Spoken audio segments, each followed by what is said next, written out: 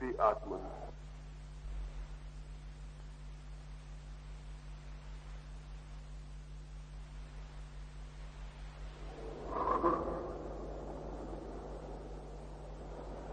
कल संध्या की चर्चा में कुछ बातें मैंने कही हैं, उस संबंध में स्पष्टीकरण के लिए कुछ प्रश्न आए। एक मित्र ने पूछा है कि यदि मां के पेट में पुरुष और स्त्री आत्मा के जन्म के लिए अवसर पैदा करते हैं, तो इसका अर्थ यह हुआ कि आत्माएं अलग अलग हैं और सर्वव्यापी आत्मा नहीं है। उन्होंने ये भी कहा है, पूछा है कि मैंने तो बहुत बार कहा है कि एक ही है सत्य, एक ही परमात्मा है, एक ही आत्मा है। फिर ये दोनों बातें तो कंट्राडिक्टरी, विरोधी मालूम पड़ती। ये दोनों बातें विरोधी नहीं हैं। परमात्मा तो एक ही है, आत्मा तो वस्तुतः एक ही है, लेकिन शरीर दो प्रकार के हैं। एक शरीर जिसे हम स्थूल शरीर कहते हैं, जो हमें दिखाई पड़ता है। एक शरीर जो सूक्ष्म शरीर है, जो हमें दिखाई नहीं पड़ता है। एक शरीर की जब मृत्यु होती है तो स्थूल शरीर तो गिर जाता है, लेकिन जो सूक्ष्म शरीर है, वो जो सटल बॉडी है, वो नहीं मरती है। आत्मा दो शरीरों के भीतर वास कर रही है, एक सूक्ष्म शरीर और एक स्थूल शरीर। मृत्यु के समय स्थूल शरीर गिर जाता है। ये जो मिट्टी पानी से बना हुआ शरीर है, ये जो हड्डी मांस मज्जा की देह है, ये गिर जाती है। फिर अत्यंत सूक्ष्म विचारों का, सूक्ष्म संवेदनाओं का, सूक्ष्म वाइब्रेशंस का शरीर शेष रह जाता है, सूक्ष्म तंतुओं का। वो तंतुओं से घिरा हुआ शरीर आत्मा के साथ फिर यात्रा शुरू करता है और नया जन्म फिर नए स्थूल शरीर में प्रवेश करता है। जब एक मां के पेट में नई आत्मा का प्रवेश होता है, तो उसका अर्थ है सूक्ष्म शरीर का प्रवेश। मृत्यु के समय सिर्फ स्थूल शरीर गिरता है, सूक्ष्म शरीर नहीं।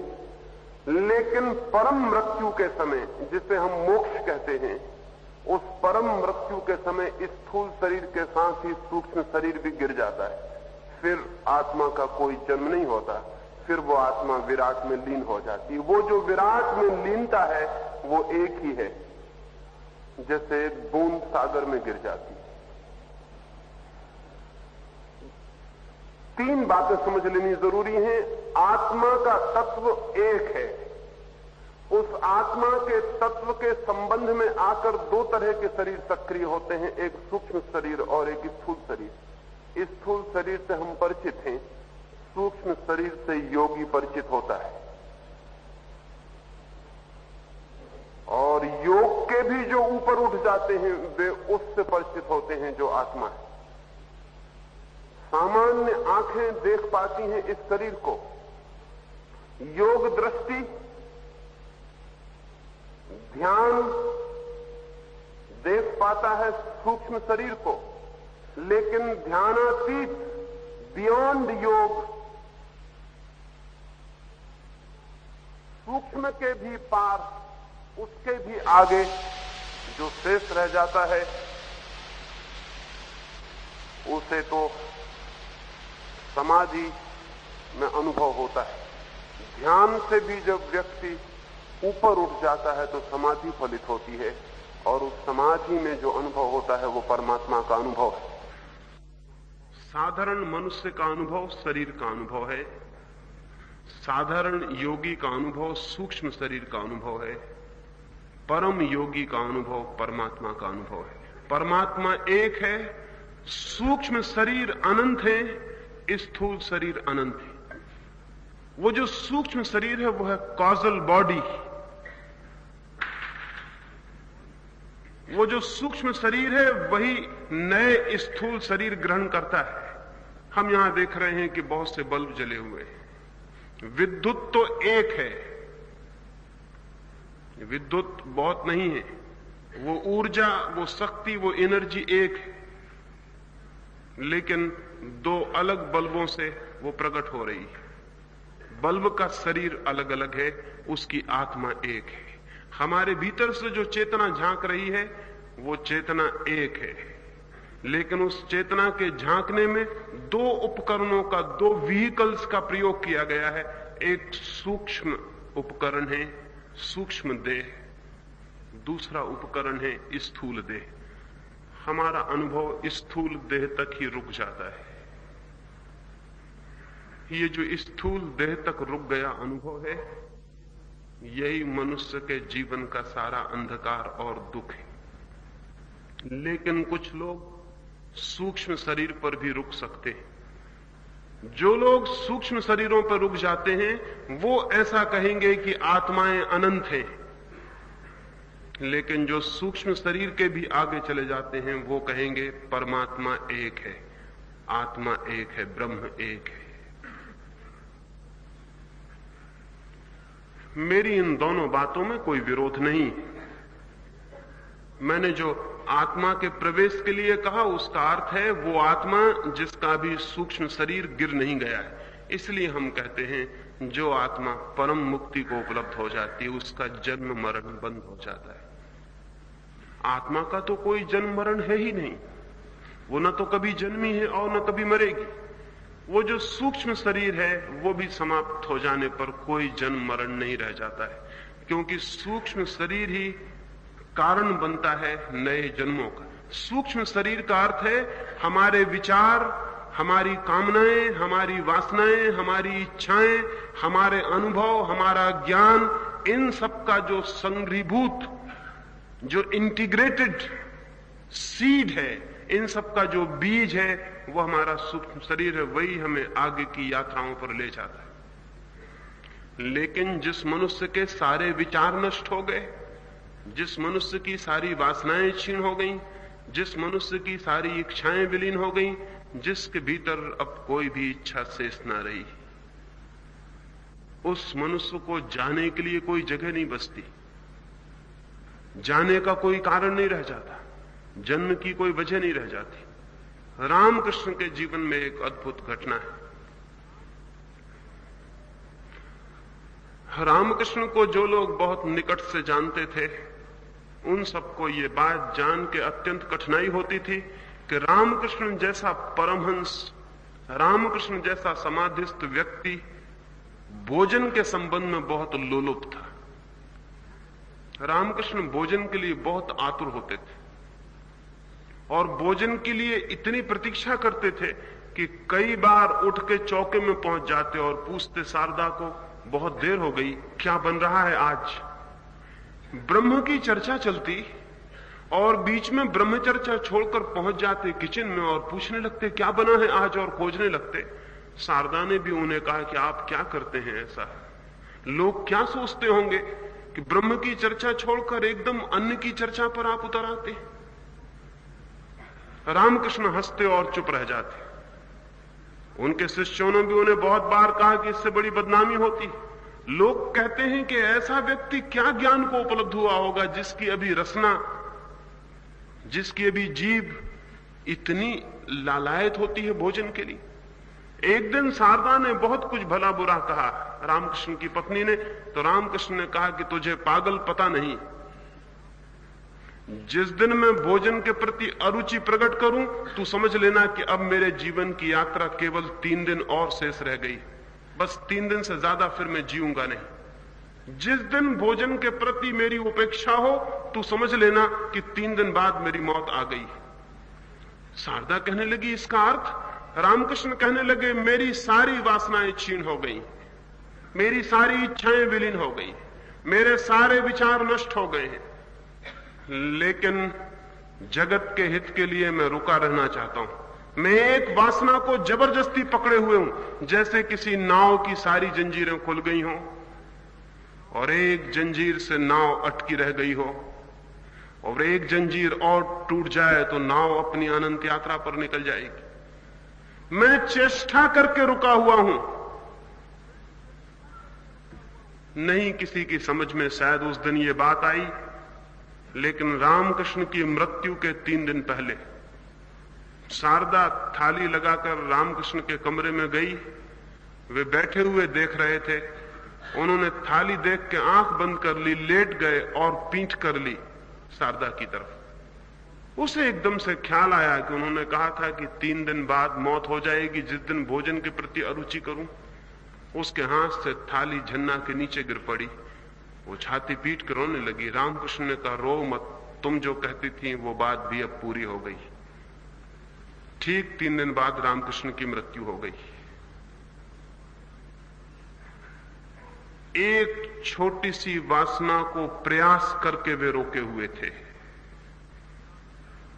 उतनी छोटी सी वासना जीवन यात्रा का आधार बनी थी। तो वो वासना भी चली गई तो जीवन यात्रा का सारा आधार समाप्त हो गया। जिन्हें हम तीर्थंकर कहते हैं, जिन्हें हम बुद्ध कहते हैं, जिन्हें हम ईश्वर के पुत्र कहते हैं, जिन्हें हम अवतार कहते हैं, उनकी भी एक ही वासना शेष रह गई होती है, और उस वासना को वे शेष रखना चाहते हैं करुणा के हित, सर्वमंगल के हित, सर्वलोक के हित। जिस दिन वो वासना भी क्षीण हो जाती है, उसी दिन जीवन की यह यात्रा समाप्त और अनंत की अंतहीन यात्रा शुरू हो जाती है। उसके बाद जन्म नहीं है, उसके बाद मरण नहीं है, उसके बाद न एक है न अनेक है। उसके पास तो जो शेष रह जाता है उसे संख्या में गिनने का कोई उपाय नहीं।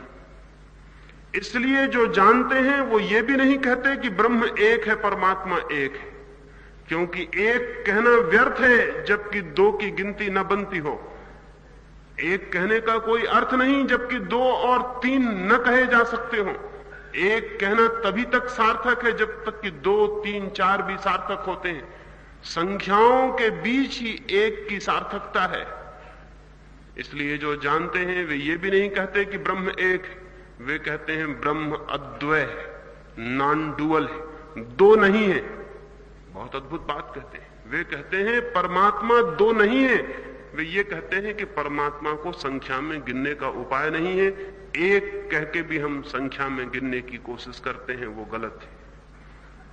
लेकिन उस तक पहुंचना दूर। अभी तो हम इस स्थूल पर खड़े हैं, उस शरीर पर जो अनंत है, अनेक है। उस शरीर के भीतर हम प्रवेश करेंगे तो एक और शरीर उपलब्ध होगा, सूक्ष्म शरीर।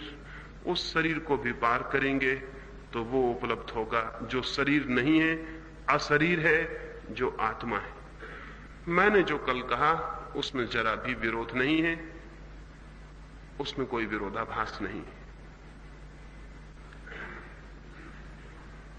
एक और मित्र ने पूछा है, आत्मा शरीर के बाहर चली जाए तो क्या दूसरे मृत शरीर में भी प्रवेश कर सकती है? कर सकती है, लेकिन दूसरे मृत शरीर में प्रवेश करने का कोई अर्थ और प्रयोजन नहीं रह जाता, क्योंकि दूसरा शरीर इसीलिए मृत हुआ है कि उस शरीर में रहने वाली आत्मा अब उस शरीर में रहने में असमर्थ हो गई थी। वो शरीर व्यर्थ हो गया था, इसीलिए छोड़ा गया है। कोई प्रयोजन नहीं है उस शरीर में प्रवेश का, लेकिन इस बात की संभावना है कि दूसरे शरीर में प्रवेश किया जा सके। लेकिन यह प्रश्न पूछना मूल्यवान नहीं है कि हम दूसरे के शरीर में कैसे प्रवेश करें। अपने ही शरीर में हम कैसे बैठे हुए हैं इसका भी हमें कोई पता नहीं। हम दूसरे के शरीर में प्रवेश करने की व्यर्थ की बातों पर विचार करने से क्या फायदा उठा सकते हैं। हम अपने ही शरीर में कैसे प्रविष्ट हो गए हैं इसका भी हमें कोई पता नहीं। हम अपने ही शरीर में कैसे जी रहे हैं इसका भी कोई पता नहीं। हम अपने ही शरीर से पृथक होकर अपने को देख सकें इसका भी कोई अनुभव नहीं, दूसरे के शरीर में प्रवेश का प्रयोजन भी नहीं है। लेकिन वैज्ञानिक रूप से यह कहा जा सकता है कि दूसरे के शरीर में प्रवेश संभव है, क्योंकि शरीर न दूसरे का है न अपना है, सब शरीर दूसरे हैं। जब मां के पेट में एक आत्मा प्रविष्ट होती है तब भी वो शरीर में प्रवेश हो रही है। बहुत छोटे शरीर में प्रवेश हो रही है, एटॉमिक बॉडी में प्रवेश हो रही है, लेकिन शरीर तो है। वो जो पहले दिन अणु बनता है मां के पेट में, वो अणु आपके पूरे शरीर की रूपाकृति अपने में छिपाए हुए है। 50 साल बाद आपके बाल सफेद हो जाएंगे, ये संभावना भी उस छोटे से बीज में छिपी हुई है। आपकी आंख का रंग कैसा होगा, ये संभावना भी उस बीज में छिपी हुई है। आपके हाथ कितने लंबे होंगे, आप स्वस्थ होंगे कि बीमार, आप गोरे होंगे कि काले, कि बाल घुंघराले होंगे, ये सारी बातें उस छोटे से बीज में पोटेंशियली छिपी हुई हैं। वो छोटी देह है, एटॉमिक बॉडी है, अणु शरीर है। उस अणु शरीर में आत्मा प्रविष्ट होती है। उस अणु शरीर की जो संरचना है, उस अणु शरीर की जो स्थिति है, जो सिचुएशन है, उसके अनुकूल आत्मा उसमें प्रविष्ट होती है।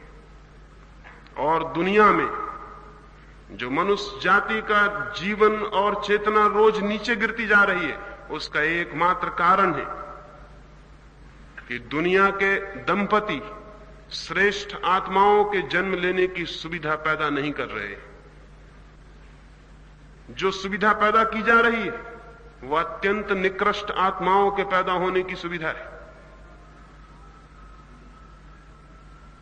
आदमी के मर जाने के बाद जरूरी नहीं है कि उस आत्मा को जल्दी ही जन्म लेने का अवसर मिल जाए। साधारण आत्माएं जो न बहुत श्रेष्ठ होती हैं न बहुत निकृष्ट होती हैं, 13 दिन के भीतर नए शरीर की खोज कर लेती हैं। लेकिन बहुत निकृष्ट आत्माएं भी रुक जाती हैं, क्योंकि उतना निकृष्ट अवसर मिलना मुश्किल होता है। उन निकृष्ट आत्माओं को ही हम प्रेत और भूत कहते हैं। बहुत श्रेष्ठ आत्माएं भी रुक जाती हैं, क्योंकि उतने श्रेष्ठ अवसर का उपलब्ध होना मुश्किल होता है। उन श्रेष्ठ आत्माओं को ही हम देवता कहते हैं। पहली पुरानी दुनिया में भूत प्रेतों की संख्या बहुत ज्यादा थी और देवताओं की संख्या बहुत कम। आज की दुनिया में भूत प्रेतों की संख्या बहुत कम हो गई है और देवताओं की संख्या बहुत, क्योंकि देवता पुरुषों को पैदा होने का अवसर कम हो गया, भूत प्रेतों को पैदा होने का अवसर बहुत तीव्रता से उपलब्ध हुआ। तो जो भूत प्रेत रुके रह जाते थे मनुष्य के भीतर प्रवेश करने से, वे सारे के सारे मनुष्य जाति में प्रविष्ट हो गए। इसीलिए आज भूत प्रेत का दर्शन मुश्किल हो गया, क्योंकि उसके दर्शन की कोई जरूरत नहीं। आप आदमी को ही देख लें और उसका दर्शन हो जाता है।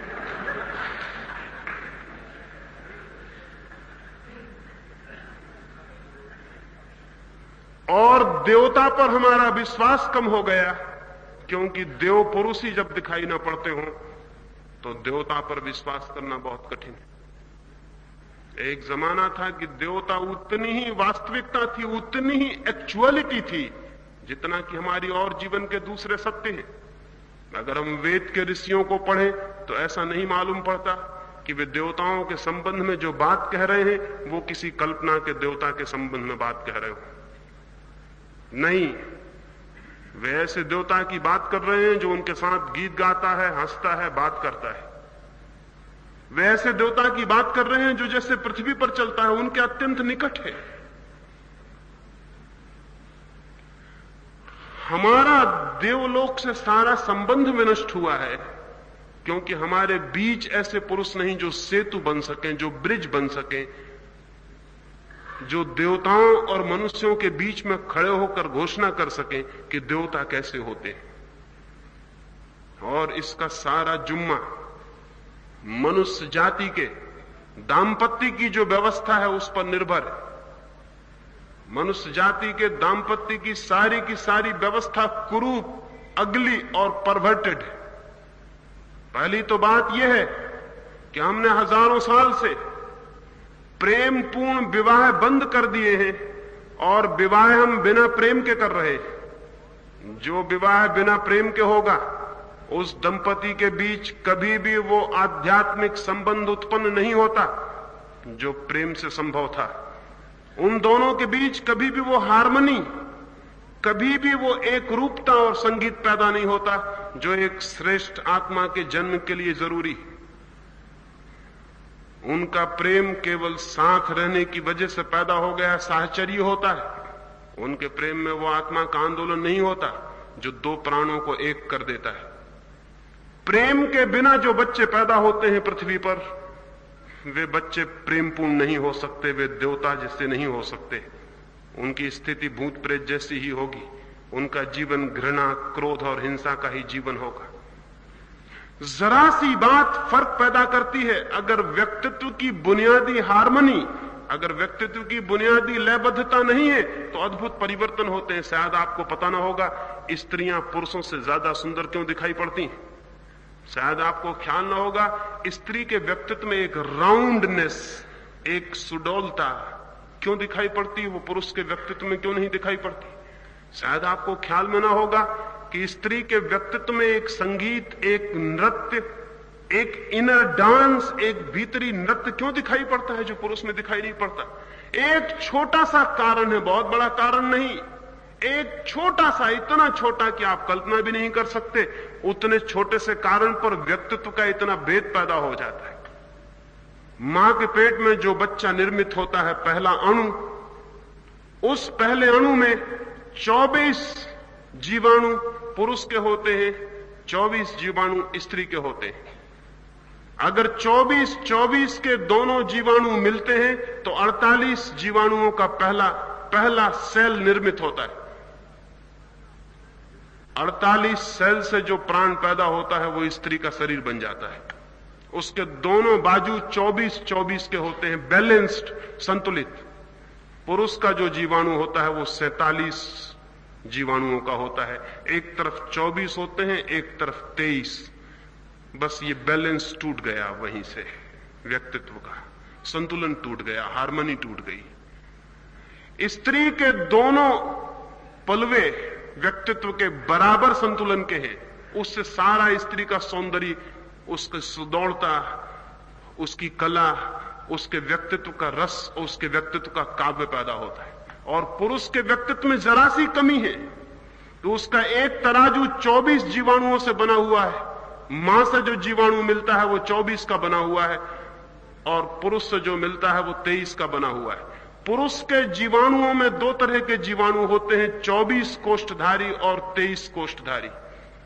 23 कोष्ठधारी जीवाणु अगर मां के 24 कोष्ठधारी जीवाणु से मिलता है तो पुरुष का जन्म होता है। इसलिए पुरुष में एक बेचैनी जीवन भर बनी रहती है, एक इंटेंस डिसकंटेंट बना रहता है।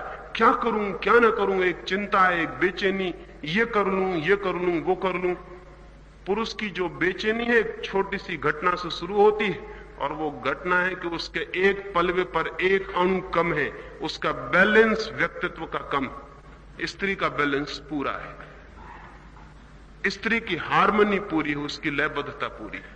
इतनी सी घटना इतना फर्क लाती है। हालांकि इससे स्त्री सुंदर तो हो सकी लेकिन स्त्री विकासमान नहीं हो सकी, क्योंकि जिस व्यक्तित्व में समता है वो विकास नहीं करता, वो ठहर जाता है।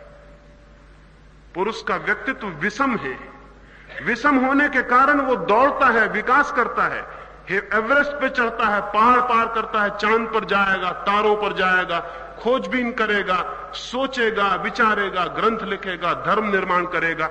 स्त्री ये कुछ भी नहीं करेगी। न वो एवरेस्ट पे जाएगी, न वो चांद तारों पे जाएगी, न वो धर्मों की खोज करेगी, न ग्रंथ लिखेगी, न विज्ञान की शोध करेगी, वो कुछ भी नहीं करेगी। उसके व्यक्तित्व में एक संतुलन है, वो संतुलन उसे पार होने के लिए तीव्रता से नहीं भरता। पुरुष ने सारी सभ्यता विकसित की, एक छोटी सी बात के कारण से उसमें एक अणु कम है, और स्त्री सारी सभ्यता विकसित नहीं की। स्त्री ने उसमें एक अणु पूरा है। इतनी छोटी सी घटना इतने व्यक्तित्व का भेद ला सकती है। मैं इसलिए ये कह रहा हूं कि ये तो बायोलॉजिकली, ये तो जीव शास्त्र कहेगा कि इतना सा फर्क इतने भिन्न व्यक्तित्वों को जन्म दे देता है, और गहरे फर्क हैं और इनर डिफरेंस हैं। दो पुरुष और स्त्री के मिलने पर जिस बच्चे का जन्म होता है, वो उन दोनों व्यक्तियों में कितना गहरा प्रेम है, कितनी आध्यात्मिकता है, कितनी पवित्रता है, कितने प्रेयरफुल, कितने प्रार्थनापूर्ण हृदय से वे एक दूसरे के पास आए हैं। इस पर निर्भर करेगा कि कितनी ऊंची आत्मा उनकी तरफ आकर्षित होती है, कितनी विराट आत्मा उनकी तरफ आकर्षित होती है, कितना महान दिव्य चेतना उस घर को अपना अवसर बनाती है। ये इस पर निर्भर करेगा। मनुष्य जाति क्षीण और दीन और दरिद्र और दुखी होती चली जा रही है। उसके बहुत गहरे में कारण मनुष्य के दाम्पत्य का विकृत होना है। और जब तक हम मनुष्य के दाम्पत्य जीवन को सुकृत नहीं कर लेते, सुसंस्कृत नहीं कर लेते, जब तक हम उसे स्पिरिचुअलाइज नहीं कर लेते, तब तक हम मनुष्य के भविष्य को सुधार नहीं सकते। और इस दुर्भाग्य में उन लोगों का भी हाथ है जिन लोगों ने गृहस्थ जीवन की निंदा की है और सन्यासी जीवन का बहुत ज्यादा शोरगुल मचाया, उनका हाथ है। क्योंकि एक बार जब गृहस्थ जीवन कंडेम्ड हो गया, निंदित हो गया, तो उस तरफ हमने विचार करना छोड़ दिया। नहीं, मैं आपसे कहना चाहता हूं, सन्यास के रास्ते से बहुत थोड़े से लोग ही परमात्मा तक पहुंच सकते हैं। बहुत थोड़े से लोग, कुछ विशिष्ट तरह के लोग, कुछ अत्यंत भिन्न तरह के लोग सन्यास के रास्ते से परमात्मा तक पहुंचते हैं। अधिकतम लोग गृहस्थ के रास्ते से और दाम्पत्य के रास्ते से ही परमात्मा तक पहुंचते हैं। और आश्चर्य की बात है ये कि गृहस्थ के मार्ग से पहुंच जाना अत्यंत सरल और सुलभ है, लेकिन उस तरफ कोई ध्यान नहीं दिया गया। आज तक का सारा धर्म सन्यासियों के अति प्रभाव से पीड़ित है। आज तक का पूरा धर्म गृहस्थ के लिए विकसित नहीं हो सका। और अगर गृहस्थ के लिए धर्म विकसित होता तो हमने जन्म के पहले क्षण से विचार किया होता कि कैसी आत्मा को आमंत्रित करना है, कैसी आत्मा को पुकारना है, कैसी आत्मा को प्रवेश देना है जीवन में। अगर धर्म की ठीक ठीक शिक्षा हो सके और एक एक व्यक्ति को अगर धर्म की दिशा में ठीक विचार, कल्पना और भावना दी जा सके, तो 20 वर्षों में आने वाली मनुष्य की पीढ़ी को बिल्कुल नया बनाया जा सकता है। वो आदमी पापी है जो आदमी आने वाली आत्मा के लिए प्रेमपूर्ण निमंत्रण भेजे बिना भोग में उतरता है। वो आदमी अपराधी है, उसके बच्चे नाजायज हैं, चाहे उसने बच्चे विवाह के द्वारा पैदा किए हों। जिन बच्चों के लिए उसने अत्यंत प्रार्थना और पूजा से और परमात्मा को स्मरण करके नहीं बुलाया, वो आदमी अपराधी है। सारी संततियों के सामने वो अपराधी रहेगा। कौन हमारे भीतर प्रविष्ट होता है, इस पर निर्भर करता है सारा भविष्य। हम शिक्षा की फिक्र करते हैं, हम वस्त्रों की फिक्र करते हैं, हम बच्चों के स्वास्थ्य की फिक्र करते हैं, लेकिन बच्चों की आत्मा की फिक्र हम बिल्कुल ही छोड़ दिए। इससे कभी भी कोई अच्छी मनुष्य जाति पैदा नहीं हो सकती। इसलिए ये बहुत फिक्र मत करें कि दूसरे के शरीर में कैसे प्रवेश करें। इस बात की फिक्र करें कि आप इस शरीर में ही कैसे प्रवेश कर गए। इस संबंध में भी एक मित्र ने पूछा है कि क्या हम अपने अतीत जन्मों को जान सकते हैं? निश्चित ही जान सकते हैं, लेकिन अभी तो आप इस जन्म को भी नहीं जानते। अतीत के जन्मों को जानना तो फिर बहुत कठिन है। निश्चित ही मनुष्य जान सकता है अपने पिछले जन्मों को, क्योंकि जो भी एक बार चित्त पर स्मृति बन गई है वो नष्ट नहीं होती। वो हमारे चित्त के गहरे तलों में, अनकॉन्शियस हिस्सों में सदा मौजूद रहती। हम जो भी जानते हैं उसे कभी नहीं भूलते हैं। अगर मैं आपसे पूछूं कि 1950 में 1 जनवरी को आपने क्या किया था, तो शायद आप कुछ भी नहीं बता सकेंगे। आप कहेंगे कि मुझे क्या याद है, मुझे कुछ भी याद नहीं। 1 जनवरी 1950 कुछ भी ख्याल नहीं आता कि मैंने कुछ किया, लेकिन अगर आपको सम्मोहित किया जा सके, हिप्नोटाइज किया जा सके और सरलता से किया जा सकता है, और आपको बेहोश करके पूछा जाए कि 1 जनवरी 1950 में आपने क्या किया, तो आप सुबह से सांझ तक का ब्यौरा इस तरह बता देंगे जैसे अभी वो 1 जनवरी आपके सामने से गुजर रही हो। आप ये भी बता देंगे कि 1 जनवरी को सुबह जो मैंने चाय पी थी उसमें शक्कर थोड़ी कम थी। आप ये भी बता देंगे कि जिस आदमी ने मुझे चाय दी थी उस आदमी के शरीर से पसीने की बदबू आ रही थी। आप इतनी छोटी बातें बता देंगे कि जो जूता मैं पहने हुए था वो मेरे पैर में काट रहा था।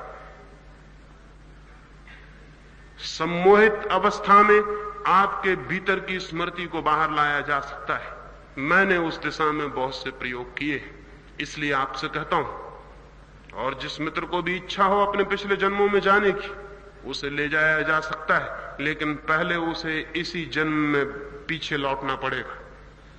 इस जन्म की ही स्मृतियों में पीछे लौटना पड़ेगा, वहां तक पीछे लौटना पड़ेगा जहां वो मां के पेट में कंसीव हुआ, गर्भधारण हुआ, और उसके बाद फिर दूसरे जन्म की स्मृतियों में प्रवेश किया जा सकता है। लेकिन ध्यान रहे, प्रकृति ने पिछले जन्मों को भूलने की व्यवस्था अकारण नहीं की है।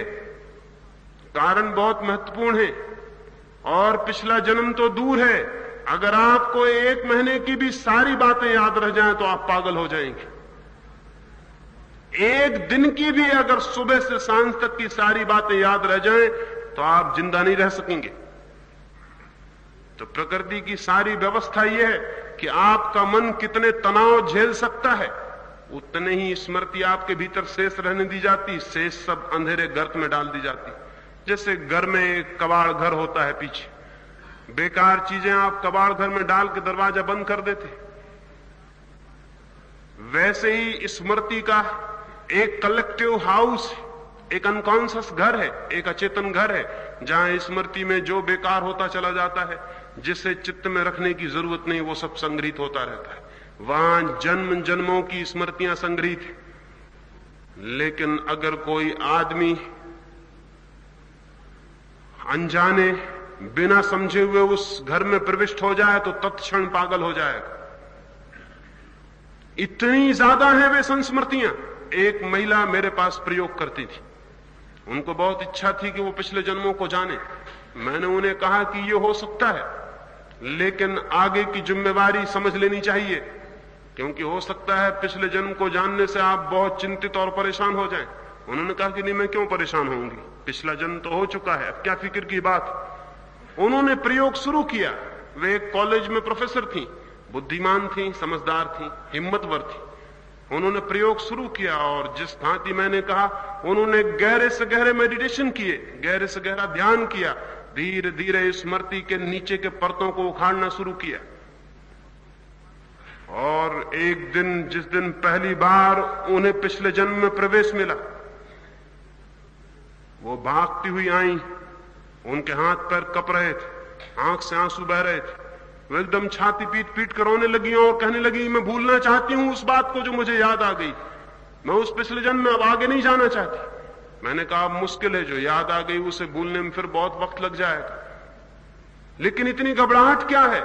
उन्होंने कहा कि नहीं नहीं, पूछिए ही मत। मैं तो सोचती थी मैं बहुत पवित्र हूं, बहुत सच्चरित्र हूं, लेकिन पिछले जन्म में एक मंदिर में वेश्या थी दक्षिण के, मैं देवदासी थी, और मैंने हजारों पुरुषों के साथ संभोग किया, और मैंने अपने शरीर को बेचा। नहीं, मैं उसे भूलना चाहती हूं, मैं उसे एक क्षण भी याद नहीं रखना चाहती हूं। मैंने कहा, अब ये इतना आसान नहीं है, याद करना बहुत आसान है, भूलना बहुत मुश्किल है। पिछले जन्म में जाया जा सकता है,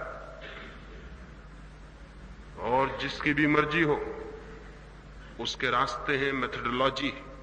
महावीर और बुद्ध दोनों मनुष्यों ने मनुष्य जाति को जो बड़े से बड़ा दान दिया है, वो उनके अहिंसा महिंसा का सिद्धांत नहीं है, वो सबसे बड़ा दान है जाति स्मरण का सिद्धांत। वो है पिछले जन्मों की स्मृति में उतरने की कला। महावीर और बुद्ध दोनों ही पहले आदमी हैं पृथ्वी पर जिन्होंने प्रत्येक साधक के लिए यह कहा कि तब तक तुम आत्मा से परिचित नहीं हो सकोगे जब तक तुम पिछले जन्मों में नहीं उतरते हो। और उन्होंने प्रत्येक साधक को पिछले जन्म में ले जाने की फिक्र की। और एक बार कोई आदमी अपने पिछले जन्म की स्मृतियों में जाने का हिम्मत जुटा ले, वो दूसरा आदमी हो जाएगा, क्योंकि उसे पता चलेगा कि जिन बातों को मैं हजारों बार कर चुका हूं उन्हीं को फिर कर रहा हूं। कैसा पागल हूं! कितनी बार मैंने संपत्ति इकट्ठी की है, कितनी बार मैंने करोड़ों के अंबार लगा दिए, कितने बार मैंने महल खड़े कर चुका हूं, कितनी बार इज्जत और शान और पद, और कितनी बार दिल्ली के सिंहासनों की यात्रा कर ली है, कितनी बार, कितनी अनंत बार, और फिर मैं वही कर रहा हूं। और हर बार वो यात्रा असफल हो गई, वो यात्रा इस बार भी असफल हो जाएगी। तत्क्षण उसकी संपत्ति की दौड़ बंद हो जाएगी, तत्क्षण उसके पदों का मोह नष्ट हो जाएगा। वो आदमी जानेगा मैंने हजारों हजारों वर्षों में कितनी स्त्रियां भोगी, स्त्री जानेगी कि मैंने हजारों हजारों वर्षों में कितने पुरुष भोगे, और न किसी पुरुष से तृप्ति मिली और न किसी स्त्री से तृप्ति मिली। और अब भी मैं यही सोच रहा हूं कि इस स्त्री को भोगूं, उस स्त्री को भोगूं, इस पुरुष को भोगूं, उस पुरुष को भोगूं। ये करोड़ बार हो चुका है। एक बार स्मरण आ जाए इसका तो फिर ये दोबारा नहीं हो सकता, क्योंकि इतनी बार जब हम कर चुके हों और कोई फल न पाया हो तो फिर आगे उसे दोहराए जाने का कोई उपाय नहीं, कोई अर्थ नहीं है। बुद्ध और महावीर दोनों ने जाति स्मरण के गहरे प्रयोग किए, स्मृति के, अतीत जन्मों की स्मृति के। और जो साधक एक बार उस स्मृति से गुजर गया वो आदमी दूसरा हो गया, ट्रांसफॉर्म्ड हो गया, बदल गया। जिन मित्र ने पूछा है मैं उनको जरूर कहूंगा कि अगर उनकी इच्छा हो तो उन्हें पिछली स्मृति में ले जाया जा सकता है, लेकिन बहुत सोच समझ के ही उस प्रयोग में जाया जा सकता है। इस जिंदगी की चिंताएं ही काफी हैं, इस जिंदगी की परेशानियां ही बहुत हैं। इस जिंदगी को भूलने के लिए आदमी शराब पीता है, सिनेमा देखता है, ताश खेलता है, जुआ खेलता है। इस जिंदगी को भी भूलने के लिए, दिन भर को भूलने के लिए रात शराब पी लेता है। जो आदमी आज के दिन भर को याद नहीं रख सकता, इतना साहस नहीं है कि जिंदगी को फेस कर ले, वह आदमी कैसे पिछले जन्मों को याद करने की हिम्मत जुटा पाएगा? ये जान के आपको हैरानी होगी कि सारे धर्मों ने शराब का विरोध किया है, और ये साधारण बिल्कुल न समझने वाले नेतागण जो दुनिया को समझाते हैं कि शराब का इसलिए विरोध किया है कि उससे चरित्र नष्ट हो जाता है, कि उससे घर की संपत्ति नष्ट हो जाती है, कि आदमी लड़ने झड़ने लगता है, ये सब बेवकूफी की बातें। धर्मों ने शराब का विरोध सिर्फ इसलिए किया है कि जो आदमी शराब पीता है वो अपने को भुलाने का उपाय कर रहा है, और जो आदमी अपने को भुलाने का उपाय कर रहा है वो अपनी आत्मा से कभी भी परिचित नहीं हो सकता, क्योंकि आत्मा से परिचित होने के लिए तो अपने को जानने का उपाय करना है।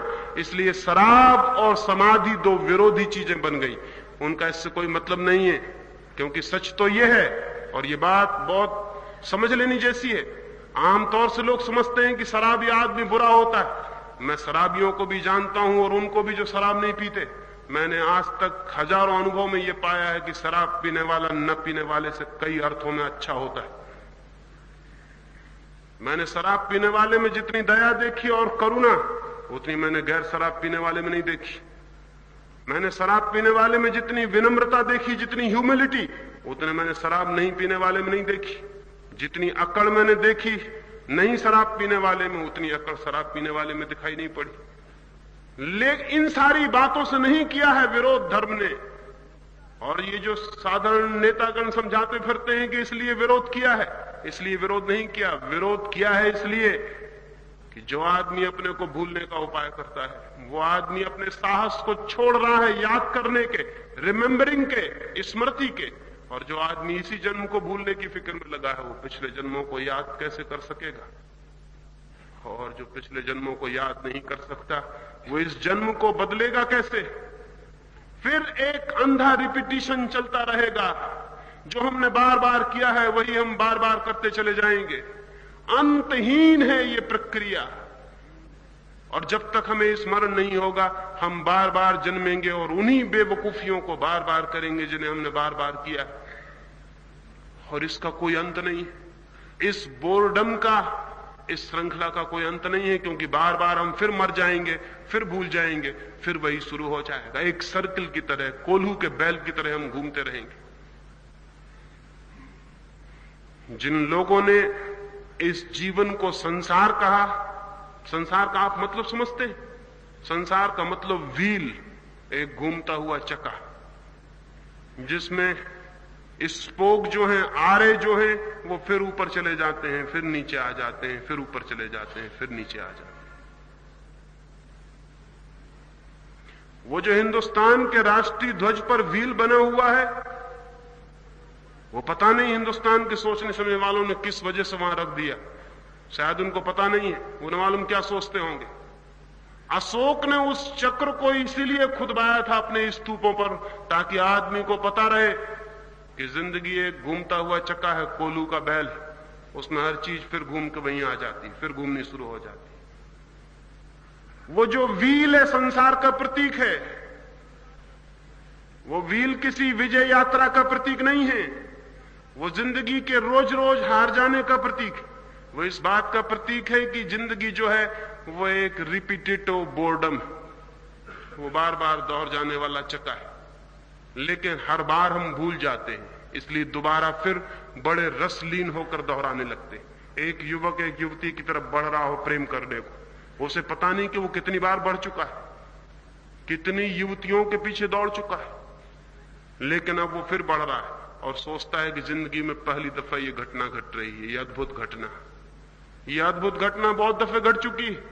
और अगर उसे पता चल जाए तो उसकी हालत वैसी हो जाएगी जैसे कोई आदमी एक ही फिल्म को 10-25 दफे देख के हो जाती। अगर आप आज फिल्म देखने गए हैं तो बात और है, कल भी आपको ले जाया जाए तो आप बर्दाश्त कर लेंगे, तीसरे दिन आप कहने लगेंगे क्षमा करिए अब मैं नहीं जाना चाहता हूं, लेकिन आपको मजबूर किया जाए कि पुलिस वाले पीछे लगे हैं, ये आपको ले ही जाएंगे।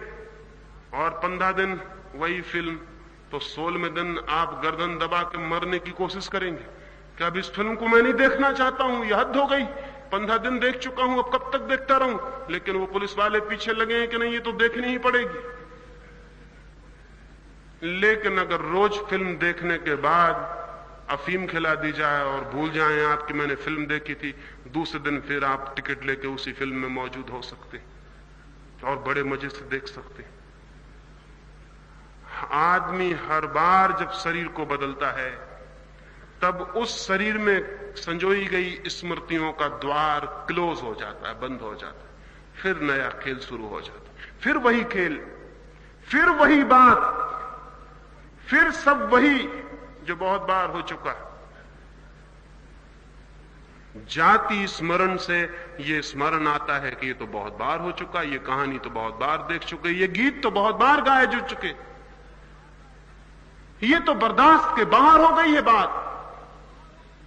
जाति स्मरण से पैदा होती है विरक्ति, जाति स्मरण से पैदा होता है वैराग्य, और किसी तरह वैराग्य उत्पन्न नहीं होता।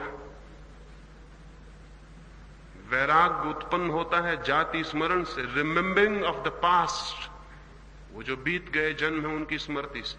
और इसीलिए दुनिया में वैराग्य कम हो गया है, क्योंकि पिछले जन्मों का कोई स्मरण नहीं, कोई उपाय नहीं। जिन मित्र ने कहा है उनको मैं कहूंगा कि मेरी तैयारी पूरी है, मैं जो भी कह रहा हूं उसे सिर्फ इसलिए नहीं कह रहा हूं कि मेरे लिए वो कोई सिद्धांत, मैं जो भी कह रहा हूं एक एक शब्द पर जिद्द के साथ प्रयोग करने की मेरी तैयारी है। और कोई भी आदमी की तैयारी हो तो मुझे बहुत खुशी होगी। कल मैंने निमंत्रण दिया था कि जो लोग संकल्प करने की हिम्मत रखते हैं, 2-4 मित्रों के पत्र आए और मुझे बड़ी खुशी हुई।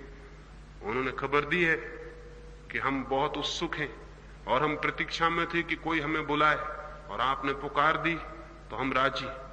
वो राजी हैं तो मुझे बहुत खुशी है और मेरा द्वार उनके लिए खुला है। मैं उन्हें जितने दूर ले चलना चाहूं, वे जितनी दूर चलना चाहें उतने दूर उन्हें ले जाया जा सकता है। इस बात जरूरत पड़ गई है दुनिया को कि कम से कम थोड़े से लोग प्रबुद्ध हो सके। अगर थोड़े से लोग भी प्रबुद्ध हो सके तो हम मनुष्य जाति के सारे अंधकार को तोड़ सकते हैं। हिंदुस्तान में 2 प्रयोग चलते थे पिछले 50 सालों में।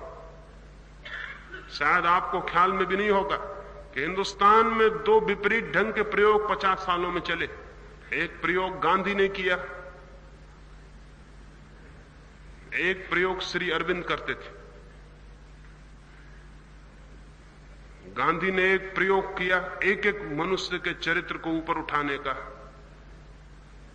उसमें गांधी सफल होते हुए दिखाई पड़े लेकिन बिल्कुल असफल हो गए।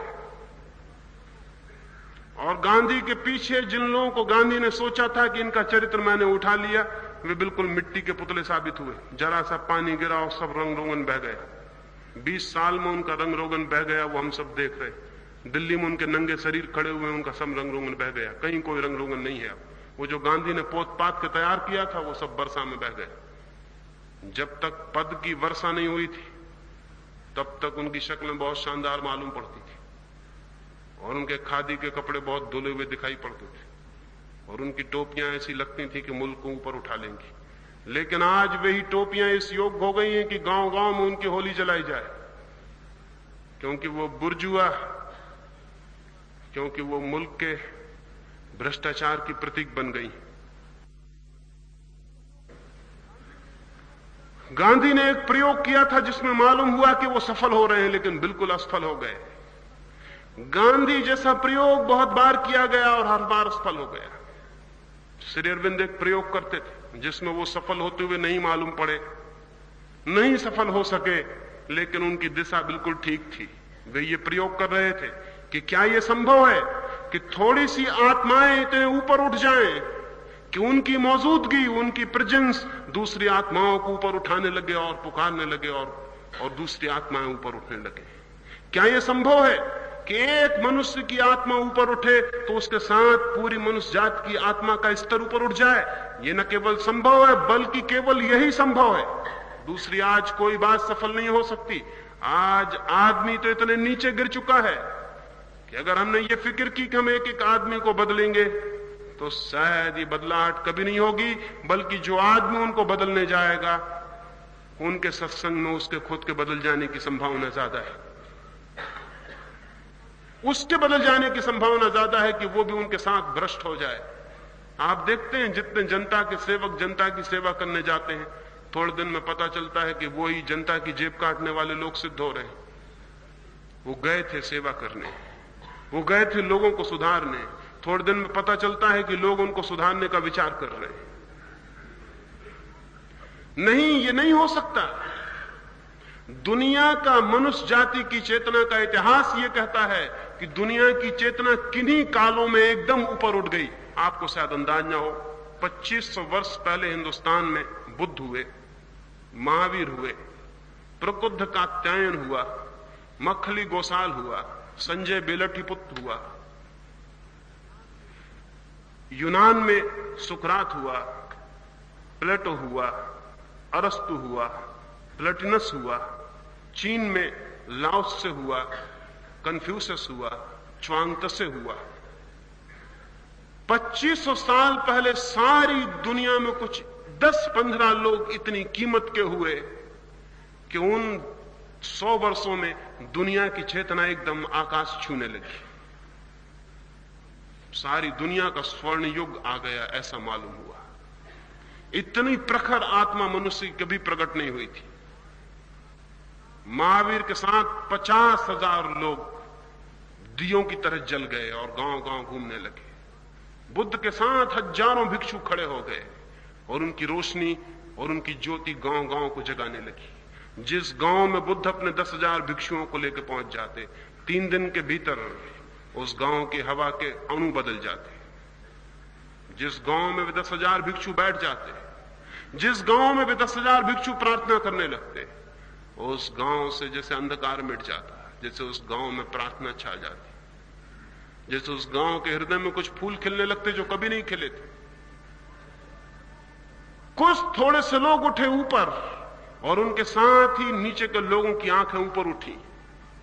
नीचे के लोगों की आंखें तभी ऊपर उठती हैं जब ऊपर देखने जैसा कुछ हो। ऊपर देखने जैसा कुछ भी नहीं है, नीचे देखने जैसा बहुत कुछ है। जो आदमी जितने नीचे उतर जाता उतना बड़ा मकान बना लेता, जो आदमी जितना नीचे उतर जाता उतनी बड़ी तिजोरी बना लेता। जो आदमी जितने नीचे उतर जाता है उतनी बढ़िया कैडिलैक खरीद लाता है। तो नीचे देखने जैसा बहुत कुछ है। दिल्ली बिल्कुल गड्ढे में बच गई है, बिल्कुल नीचे। वहां नीचे देखो, पाताल में तो दिल्ली है। तो जिसको भी दिल्ली में पहुंचना हो उसको पाताल में उतरना चाहिए, नीचे नीचे नीचे उतरते जाना चाहिए। ऊपर देखने जैसा कुछ भी नहीं है, किसकी तरफ देखो, कौन है ऊपर?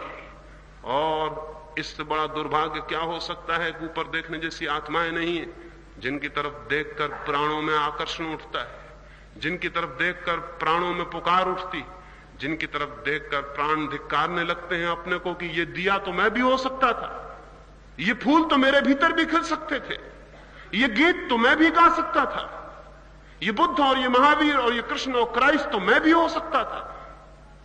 एक बार ये ख्याल आ जाए कि मैं भी हो सकता था ये, लेकिन कोई हो तो जिससे देख के ये ख्याल आ जाए, तो प्राण ऊपर की यात्रा शुरू कर देते हैं। और स्मरण रहे कि प्राण हमेशा यात्रा करते हैं, अगर ऊपर की नहीं करते तो नीचे की करते हैं। प्राण रुकते कभी नहीं है, या तो ऊपर जाएंगे या नीचे। रुकाव जैसी कोई चीज नहीं है, ठहराव जैसी कोई चीज नहीं है, स्टेशन जैसी कोई जगह नहीं है चेतना के जगत में कि जहां आप रुक जाएं और विश्राम कर लें, या ऊपर या नीचे। जीवन प्रतिक्षण गतिमान है, ऊपर की तरफ चेतनाएं खड़ी करनी। मैं एक सारी दुनिया में एक आंदोलन चाहता हूं, बहुत ज्यादा लोगों का नहीं, थोड़े से हिम्मतवर लोगों का जो प्रयोग करने को राजी हों। अगर 100 लोग हिंदुस्तान में प्रयोग करने को राजी हों और 100 लोग कष्ट कर लें इस बात को कि हम आत्मा को उन ऊंचाइयों तक ले जाएंगे जहां तक आदमी का जाना संभव है, 20 वर्ष में हिंदुस्तान की पूरी शक्ल बदल सकती। विवेकानंद ने मरते वक्त कहा था कि मैं पुकारता रहा 100 लोगों को, 100 लोग आ जाओ, लेकिन वे 100 लोग नहीं आए और मैं हारा हुआ मर रहा हूं। सिर्फ 100 लोग आ जाते तो मैं पूरे देश को बदल देता, लेकिन विवेकानंद पुकारते रहे, 100 लोग नहीं आए। अब मैंने ये तय किया है कि मैं पुकारूंगा नहीं, गांव गांव खोजूंगा, आंख आंख में झांकूंगा कि वो कौन आदमी, जिस आदमी को अगर पुकारने से नहीं आता तो खींच के लाना पड़ेगा।